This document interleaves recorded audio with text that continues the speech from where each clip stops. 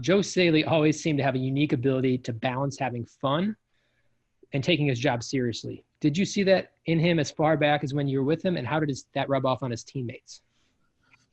Oh yeah. Well, Joe was a multi-sport athlete. He had a great demeanor about him. He was always positive. He loved the challenge. The thing that stands out to me about Joe is he loved the challenge when we moved him from tight end to tackle. I remember he was going up against Dan Bazine. Dan was drafted early in the NFL draft. He played defensive end for us at Central Michigan. Really good player for the Bears. And Dan was having his way with Joe Staley. Joe had just moved to tackle. And I remember Joe getting up. We were practicing on our grass field. They had a bunch of grass and dirt. And he was pulling the grass and dirt away from his face after getting knocked down for the third or fourth time. And he had a big smile on his face. And he turned to me, and I think it was Coach Quinn at times, says, "Boy, I'm really going to love this challenge." And so that was Joe Staley. He just loved the challenge of playing this game. And when he was put in a position where he needed to grow, he certainly did that. Look, 13 years in the NFL, I think he averaged like 14 games a season. I mean, he's a first-team Hall of Famer.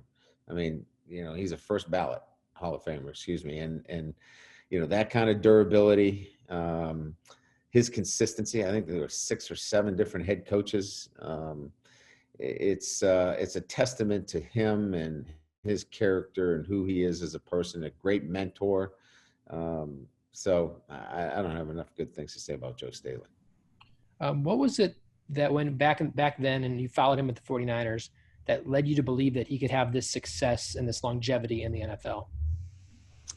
Well, like I said, just who he was, his makeup. He was so competitive. He was so athletic. I don't know if people remember this, but I'd be hard-pressed. I don't have the numbers, but I'd be hard-pressed to think that there's anybody that has come close to running a 40-yard dash time at the combine at the speed that he did. He ran 4.7.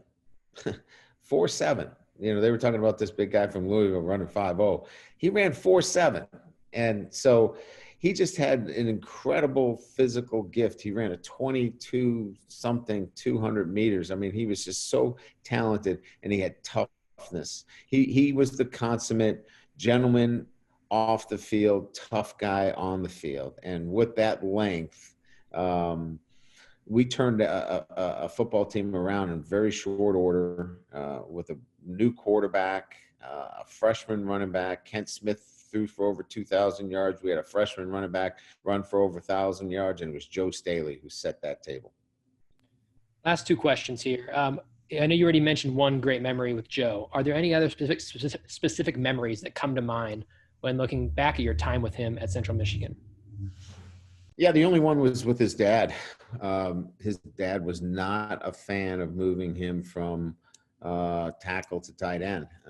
Matter of fact, he fought it, and I said, "You got to trust me on this one. I know this doesn't seem like the right move for him, but he's going to make a lot of money in the NFL." And to this day, Mr. Staley and I, we have a pretty good relationship now.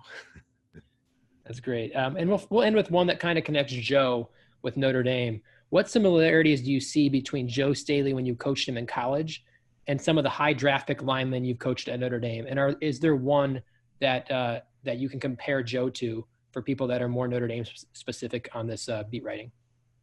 Oh, Mike McGlinchey. I mean, they're so similar.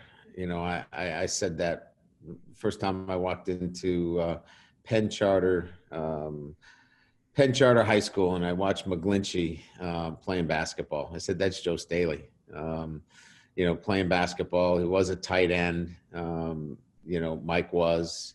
He just had so many similarities in terms of his demeanor, his attitude, his character, the way he handled himself.